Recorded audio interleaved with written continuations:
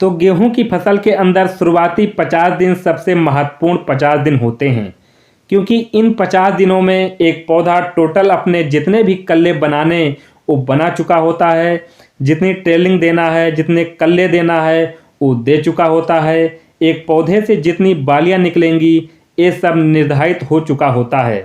तो दोस्तों 50 दिनों के बाद पौधा दूसरी अवस्था में पहुंच जाता है और विशेषकर जब हम पहली सिंचाई कर लेते हैं उसके अगले जो 20 दिन होते हैं वो बहुत ही महत्वपूर्ण होते हैं। तो नमस्कार दोस्तों, मैं हूं आशीष, स्वागत करता हूं अपने YouTube चैनल देहाती किसान पर। आज हम आपको इस वीडियो के माध्यम से हम पहली सिंचाई करने के बाद अगले 50 दिन में जो आएंगे कौन कौन सी सावधानियां रखें, कौन कौन से फर्टिलाइजर्स यूज करें जिससे कि जी हमारे जो कल्लों का विकास हो एकदम स्वस्थ हो। क्योंकि मैं आप लोगों को बता दूं, कल्लों का विकास होना इतना महत्वपूर्ण नहीं है जितना कि एक स्वस्थ कल्लों का विकास होना। क्योंकि एक पौधा आप लोग देख रहे होते हैं, जो पौधा अगर 20 कल्लों का निर्माण करता है तो उनके अंदर से लगभग 5 या 7 कल्ले ऐसे रह जाते हैं जिनके अंदर बालियां आ ही नहीं पाती हैं, या फिर उनके अंदर बालियां आती भी हैं तो उसके अंदर बालियां छोटी रह जाती हैं। तो आज की वीडियो में मैं आप लोगों को ये सब टिप्स देने जा रहा हूं जिसकी वजह से आपकी फसल में गेहूं में जो कल्ले निकलेंगे एक पौधे से जो इतने स्वस्थ निकलेंगे, इतने मजबूत निकलेंगे कि आगे जा कर के जो उनकी बालियां होंगी एक समान व बराबर होंगी, पूरे दाने भरेंगे। ये सब कुछ आप लोगों को इस वीडियो के माध्यम से मैं आप सभी किसान भाइयों को बताने वाला हूँ।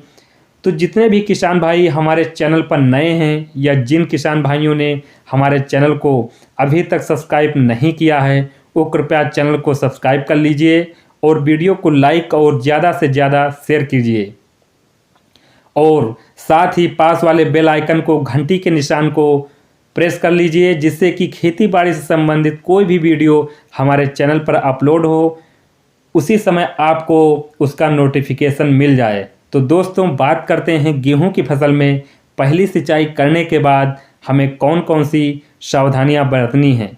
तो भाइयों पिछली वीडियो में मैं गेहूं की फसल में कौन कौन से खाद डालने हैं वो वीडियो मैं अपलोड कर चुका हूं। जिन किसान भाइयों ने अपने गेहूं की फसल में सही मात्रा में बीज एवं खाद उर्वरक डाले होंगे वो निश्चित तौर पर अपनी गेहूं की फसल बहुत शानदार होगी। जिन किसान भाइयों के गेहूं की फसल में कोई प्रॉब्लम्स आ रही है या गेहूं में कोई पीलापन दिखाई दे रहा है या फिर कुछ ऐसे खेत होते हैं जिनके अंदर हम बार बार गेहूं बोते हैं या फिर कुछ ऐसी मिट्टी होती है कि वो कम उपजाऊ होती है, उसके अंदर पहली सिंचाई करने के बाद भी हम उस फसल को अच्छे से ग्रो कर सकते हैं।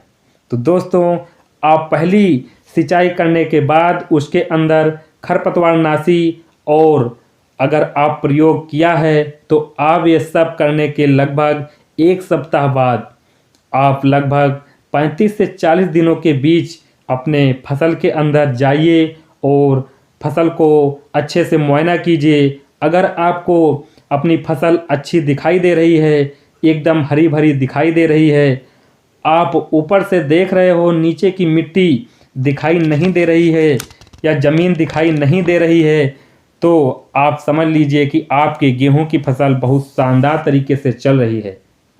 और जिन किसानों के गेहूं की फसल में पीलापन दिखाई दे रहा है या फिर जड़ों से संबंधित कोई रोग या फिर किसी भी तरीके से फसल में कोई दिक्कत आ रही है, तो अभी भी आपके पास पूरा समय है। जब आप गेहूं की फसल में दूसरी सिंचाई करोगे तो आप इन सब को कंट्रोल कर सकते हो। या फिर कुछ किसान भाई अपने फसल में खरपतवारनाशी का प्रयोग करते हैं तो उनके फसल के अंदर कहीं कहीं पर पीलापन दिखाई देता है, तो इस समय पीलापन को कैसे हटाएं। तो दोस्तों अगर आप लोगों के खेतों के अंदर अभी भी पीलापन दिखाई दे रहा है या फिर आपकी फसल की जो ग्रोथ तो बहुत अच्छी हो रही है, बहुत शानदार तरीके से हमारा गेहूं चल रहा है, लेकिन उसकी ग्रोथ मजबूत ग्रोथ नहीं हो रही है, तो भाइयों ग्रोथ 2 तरीके से होती है। एक तो यूरिया के दम पर ऊपर होती है। नाइट्रोजन के दम पर अपने पौधों को उसकी वेजिटेटिव ग्रोथ कराते चलते हैं। पौधा बहुत तेज़ी से साथ ऊपर को बढ़ता चलता है। और दूसरी जो ग्रोथ है, एक पौधा अच्छे से ग्रोथ तो कर रहा होता है, लेकिन जो उसका स्टैम्प होती है, उसका जो तना होता है बहुत मजबूत होता है, एकदम हरा भरा होता है। वो पौधा ज़्यादा उत्पादन देगा, ज़्यादा कल्ले देगा, ज़्यादा टेलिंग देगा। उसके अंदर जो बालियाँ की संख्या होगी वो भी ज़्यादा होगी। उसके अंदर जो दानों का भराव होगा वो भी ज़्यादा होगा। तो दोस्तों, अब बात करते हैं जिन किसान भाइयों के खेतों के अंदर कहीं कहीं पर पीलापन दिखाई देगा या फिर खरपतवार नाशी प्रयोग करने के बाद फसल पर किसी भी तरीके की कोई साइड इफ़ेक्ट दिखाई दे रहा है, तो अब हम अपनी फसल किस तरीके से दोबारा रिकवर कर सकते हैं, दोबारा उसी तरीके की फसल को हरा भरा बना सकते हैं और 50 दिन होने से पहले हमारे खेत अच्छे से किस तरह से कल्लों से भर जाएं। तो ये सब हम किस तरीके से ऐसा करें। सबसे पहले हम बात करूंगा कि हम अपने गेहूं की दूसरी सिंचाई कब करनी है, हमें नाइट्रोजन खादों को कब तक कंप्लीट कर लेना है, डीएपी हमारे फसल के अंदर क्या रोल होता है, स्वस्थ कल्ले कैसे बने। तो सबसे पहले हम आप लोगों को बताऊंगा कि जिन किसान भाइयों ने 25 से 30 दिन में पहली सिंचाई की है, वो लगभग 20 दिन के बाद दूसरी सिंचाई करें। मतलब 40 से 50 दिनों के बीच में दूसरी सिंचाई करें। अगर आपके फसल के अंदर डीएपी आप शुरुआत में नहीं दे पाए हैं, तो आप दूसरी सिंचाई करते वक्त कर सकते हैं।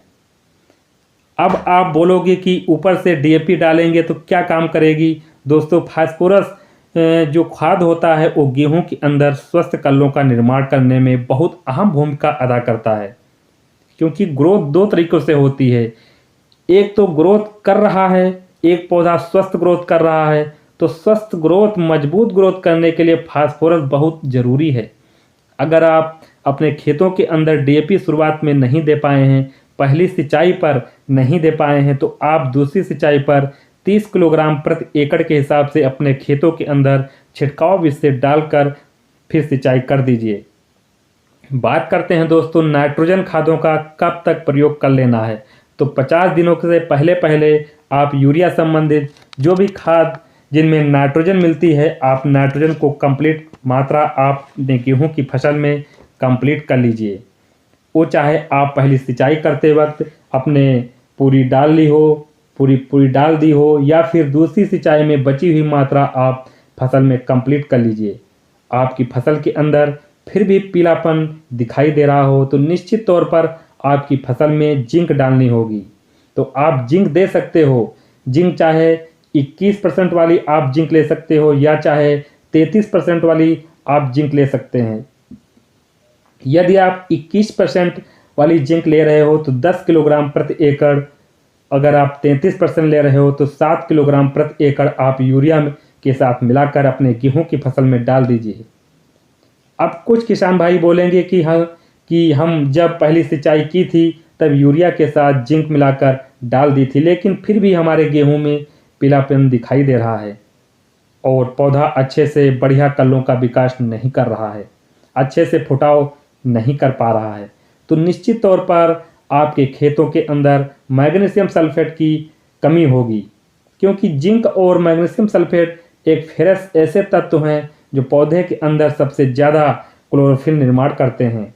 तो आप अगर जिंक अपने खेतों में पहले डाल चुके हो तो आप 10 किलोग्राम प्रति एकड़ के हिसाब से यूरिया में मिला करके अपने खेतों में डाल दीजिए और गेहूं की सिंचाई कर दीजिए। ये सब करने के बाद मैं आप लोगों को बता रहा हूं कि आप सिंचाई करने के 2 या 3 दिन बाद आप NPK 18-18-18 या फिर NPK 19-19-19 या फिर NPK 20-20-20 उसके साथ जिलेटेड जिंक 100 ग्राम प्रति एकड़ के हिसाब से आप NPK होगा 1 किलोग्राम प्रति एकड़ के हिसाब से, जो लगभग 150 पानी के साथ आप मिला करके अपने गेहूं की फसल में स्प्रे कर दीजिए। अगर आप खेतों के अंदर कोई भी डेफिशिएंसी होगी या फिर चाहे फास्फोरस संबंधी हो या फिर नाइट्रोजन संबंधित हो या फिर पोटेशियम संबंधित हो या फिर जिंक से संबंधित कोई भी कमी हो, लगभग सब पूरी हो जाएगी।